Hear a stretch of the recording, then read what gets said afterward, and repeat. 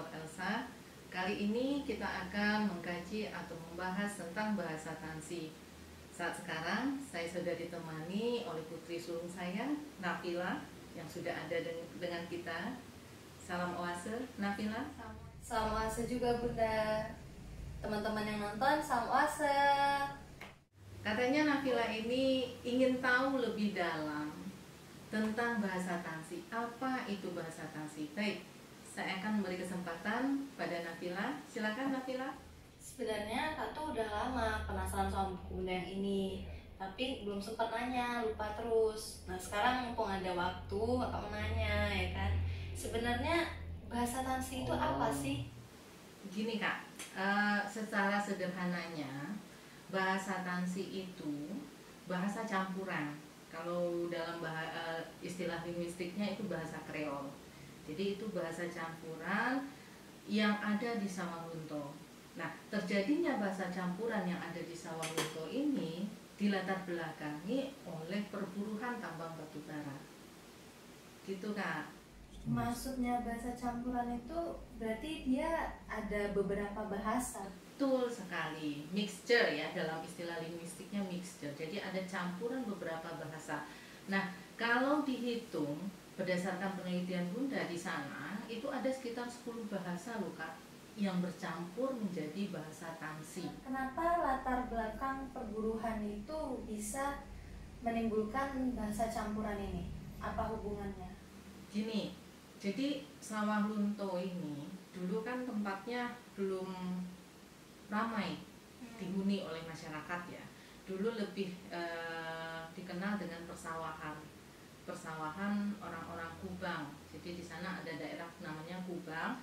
Sawah orang Kubang itu adanya di lembah yang sekarang dikenal Sawalunto. Lunto itu nama satu daerah, baik orang Kubang maupun orang Lunto. Jadi sawah orang Lunto gitu. Jadi makanya dikatakan Sawah Lunto seperti itu. Nah, daerah yang kosong ini kemudian oleh insinyur Belanda itu di aliran sungai Ombilin yang ada di Sawalunto itu ditemukan tambang batu bara. Nah sejak itulah orang Belanda kemudian membuka pertambangan batu bara di sana. Nah karena kebutuhan buruh didatangkanlah orang dari berbagai daerah, baik yang dari Penang, baik yang dari Singapura. Nah itu orang Cina, itu buruh kontrak biasanya. Nah kemudian ada yang orang-orang dari bangsa kita sendiri. Nah itu yang dari Bali, dari Madura, dari Jawa, semua daerah Jawa ini, dari Sunda, Betawi dan segala macam, yang kemudian didatangkan ke Sawalunto. Nah karena mereka datang dari berbagai daerah, tentu mereka membutuhkan satu bahasa. Betul. Nah, untuk komunikasi kan, tidak mungkin kan orang Madura kemudian menggunakan bahasa Madura untuk ngomong sama orang Bali kan. Nah, makanya muncullah bahasa itu. Bahasa gabungan tadi. Nah, betul, bahasa campuran tadi atau gabungan tadi, seperti itu. Bunda sendiri mulai melakukan riset atau penelitian ini sejak kapan? Bunda pertama kali yang serius secara linguistik ya itu di tahun 2005 awal secara linguistik ya, tetapi secara biologis dalam tanda petik Bunda katakan biologis, Bunda kelahiran sana. Bunda kelahiran Sawalunto, kemudian Bunda pernah pulang ke sana melihat dengan waktu boleh dikatakan waktu pacaran dengan Bapak, jadi kita datang ke sana sambil melihat loh, kata Bapak, suasana Sawalunto beda. Nah, karena kata beda itu menjadi daya tarik Bunda untuk melakukan apa sih yang beda dari Sawalunto. Kemudian saat kecil Bunda juga mendengar ayah Bunda, orang tua Bunda yang laki-laki bertanya kepada ibu, orang tua Bunda yang perempuan, bahasa apa sih? Itu orang Minang loh. Ayah Bunda itu kan orang Minang, sama-sama Minang sama ibu Bunda kan. Tapi ayah Bunda sendiri nggak tahu bahasa yang digunakan oleh ibu Bunda, Oma ya waktu itu. Ini bahasa apa? Nah, pertanyaan itu menjadi pertanyaan juga oleh Bunda. Loh, orang Minang sendiri tidak tahu dengan bahasa yang digunakan di Sawalunto. Nah, kemudian Bunda waktu itu kan SD sempat di sana. sana, kan sempat di sana sekolah. Terus ada beberapa kata-kata dari teman-teman Bunda yang tidak Bunda tahu artinya. Ada kata reken, ada kata fonten. Nah, kemudian Bunda, ya karena rasa ingin tahu Bunda lihat di kamus, di buku, ternyata fonten itu dan reken itu dari bahasa Belanda. Nah, ini kan artinya ada bahasa lain yang digunakan di sana, seperti itu Kak.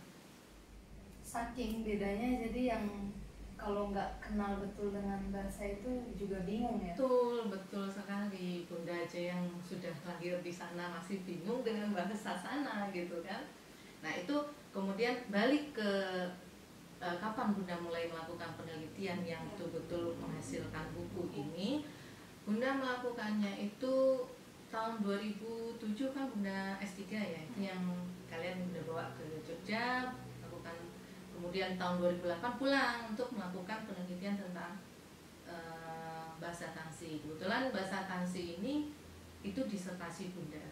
Nah, karena keingintahuan Bunda itu makanya Bunda tulis sebagai disertasi Bunda. Memang dulu itu belum dikatakan sebagai bahasa Tangsi, hanya dikatakan sebagai bahasa Rang Lunto atau bahasa Slunto, belum bahasa Tangsi. Nah, Bunda berani mengatakan sebagai bahasa Tangsi, seperti itu.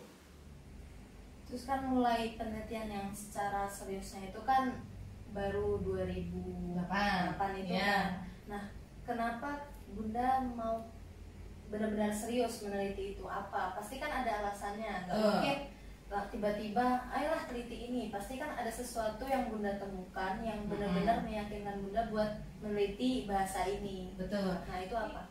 Waktu menulis disertasi, proposal disertasi, itu kan Bunda mengajukan ke promotor Bunda ya. Beliau itu Prof. Komo, kalau boleh menyebut nama. Jadi ketika Bunda sampaikan, beliau melihat, wah ini menarik gitu. Ini menarik dan belum pernah.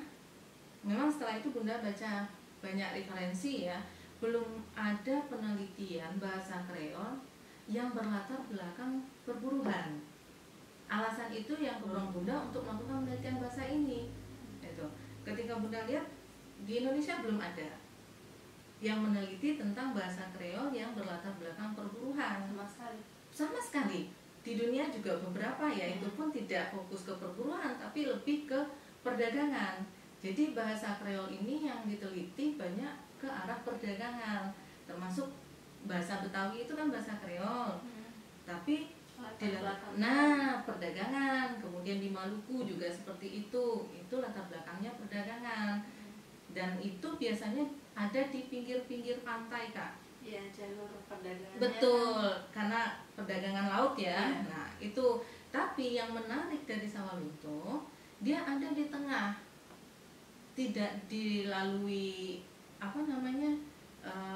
jalur perdagangan tadi ya, dia ada di tengah. Nah ini kan menarik, muncul satu bahasa gitu. Dari mana? Nah dari mana, betul, prosesnya seperti apa, bahasa apa saja yang bercampur. Nah kemudian ketika melihat bahasa-bahasa Kreol juga dari referensi yang Bunda baca dan juga diskusi dengan promotor Bunda, itu bahasa dasarnya lebih banyak ke bahasa Eropa Kak. Jadi bahasa Portugis, Belanda, kemudian Inggris, yang lebih banyak Inggris ya. Nah justru yang bahasa Kreol yang Bunda teliti, bahasa dasarnya bahasa Melayu, bahasa kita sendiri yang ada di Nusantara. Nah ini kan menarik gitu, hal baru. Makanya inilah yang mendorong Bunda melakukan penelitian tentang bahasa Tangsi. Terus kalau yang kamus ini, kamus sama buku ini mana duluan yang Bunda tulis? Pertama kali yang Bunda tulis itu kamus. Alasan Bunda menulis kamus ini, ya Bunda tidak ada tujuan apa-apa sih sebenarnya. Bagaimana kata-kata yang Bunda temukan, kata-kata yang Bunda teliti, kosakatanya itu tidak hilang, orang tidak lupa. Itu saja alasan awalnya. Nah kemudian Bunda diskusi lagi dengan promotor Bunda. Bunda katakan, Prof saya ingin menulis kamus. Tujuan saya tidak lebih Prof sebenarnya, hanya jangan sampai bahasa Tangsi ini hilang, hanya itu. Nah kemudian ya Bunda tulis ini tahun 2009 Bunda tulis itu dalam proses penelitian ya, dan proses penulisan disertasi Bunda. Kemudian setelah kamus ini jadi, Bunda sampaikan ke waktu itu Wali Kota Sawalunto, dan beliau menanggapi dengan antusias tentang kamus. Kemudian kamus itu terbit ulang. Yang kamus ini terbit ulang, ini yang diterbitkan oleh jadi itu versi wali, ini kota Sawalunto sendiri yang menerbitkan gitu, pemerintah kota Sawalunto yang menerbitkan.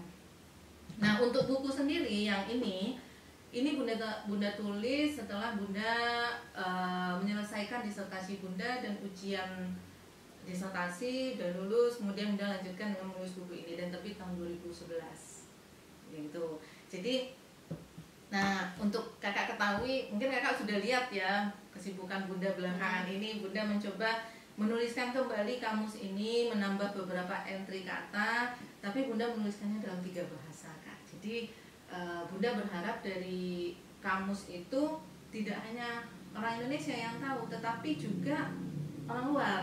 Jadi Bunda menggunakan bahasa Inggris dan juga bahasa Belanda. Tujuannya ya, munculnya bahasa Tansi tidak lepas dari pengaruh orang Belanda kan. Jadi Bunda ingin memberitahu ke mereka, ini loh, kehadiran mereka di sini itu menimbulkan satu bahasa ini, bahasa yang ini, iya betul, ini dalam kamus ini kata-katanya seperti itu. Itu Kak. Jadi yang lebih dulu kamus, kemudian baru buku. Tapi pasti kan karena ini hitungannya bahasa baru, ya kan? Betul. Pasti dulu pas Bunda mulai munculkan bahasa ini, pasti banyak orang yang meragukan, ya kan? Betul. Nah, gimana Bunda meyakinkan orang-orang itu bahwa bahasa ini beneran ada gitu? Prosesnya panjang. Nah, ini menarik. Ya gimana ya Bunda menjawabnya ya. Jadi proses awal itu yang menjadi kekuatan Bunda dari apa yang Bunda teliti itu adalah apa yang Bunda tulis. Itu.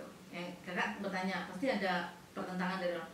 Banyak orang mengatakan, bahasa apa itu kok berani-beraninya munculkan bahasa gitu kan? Bahasa baru. Betul. Saat ujian, iya, saat ujian itu ditentang, tetapi kemudian Bunda membuktikannya, Bunda tulis dalam buku. Jadi kemudian mereka membaca, dan ya biarlah waktu yang akan menunjukkan. Bunda hanya berproses, membuktikan, dan kemudian apa yang Bunda tulis di sini. Dan ini apa yang Bunda tulis di buku ini ada bukti-bukti linguistiknya yang tidak terbantahkan gitu. Jadi itu kekuatan Bunda meyakininya itu apa yang Bunda tulis. Apa yang Bunda pikir itu yang Bunda tulis. Kalaupun ingin membantah ya silakan, membantahnya secara tertulis.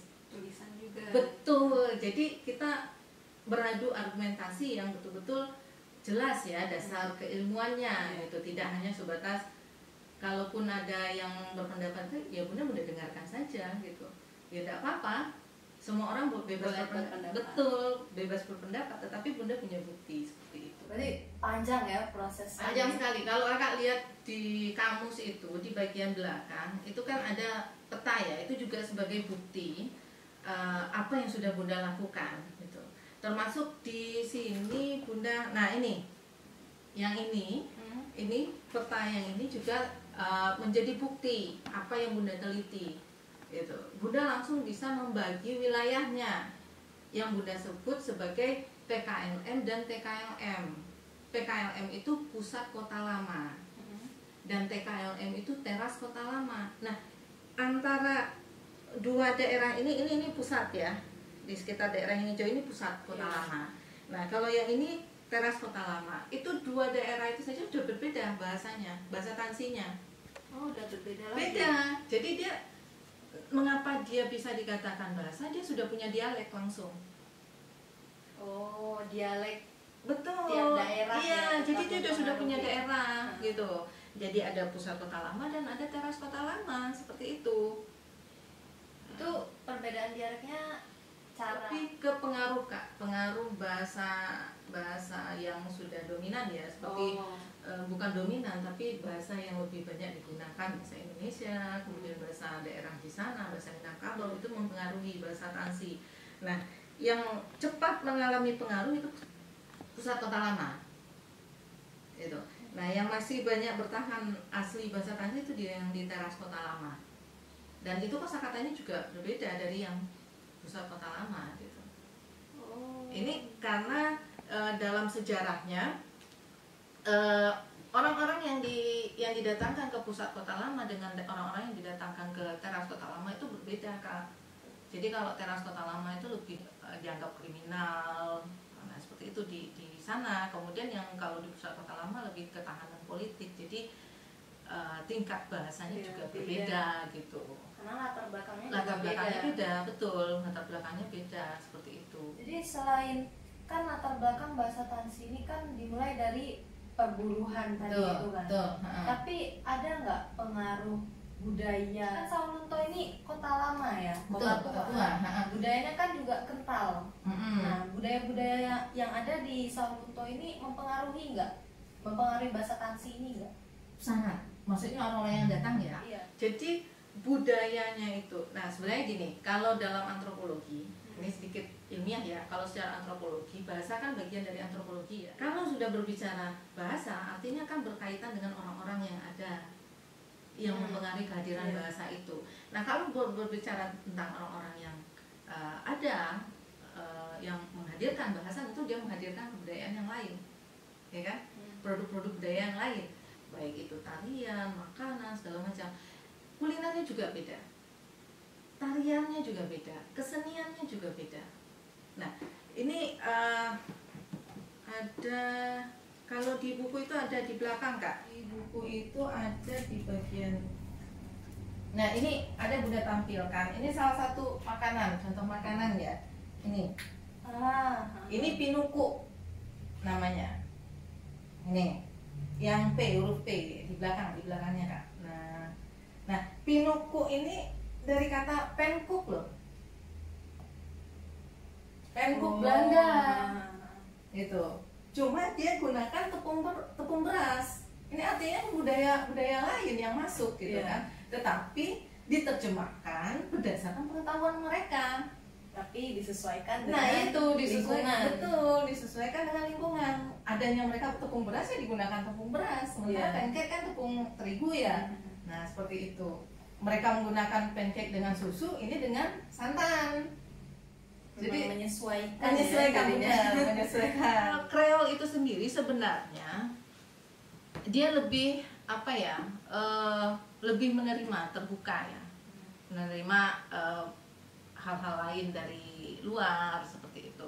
Nah kemudian juga ada barongan, mungkin di kamus itu Kakak bisa lihat gambar. Nah di belakang kalau nggak salah ya ada tarian. Nah itu bisa Kakak tunjukkan.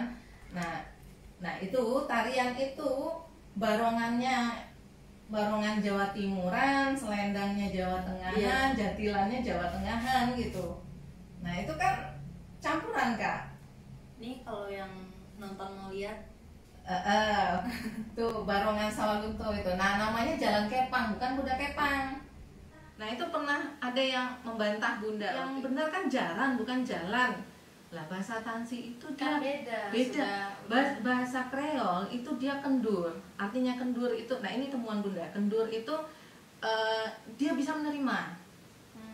Tidak terikat aturan gitu loh bahasa Kreol itu. Nah ini temuan.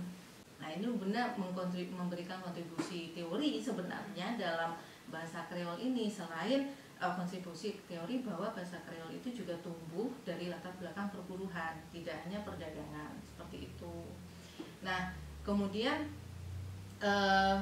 selain makanan tadi, kemudian kesenian, nah juga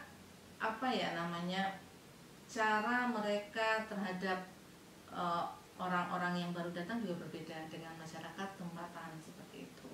Jadi budaya memang budaya yang bercampur dari beberapa dari berbagai tadi ya, dari berbagai budaya buruh tambang yang dihadirkan tadi ke Sawalunto gitu, Kak.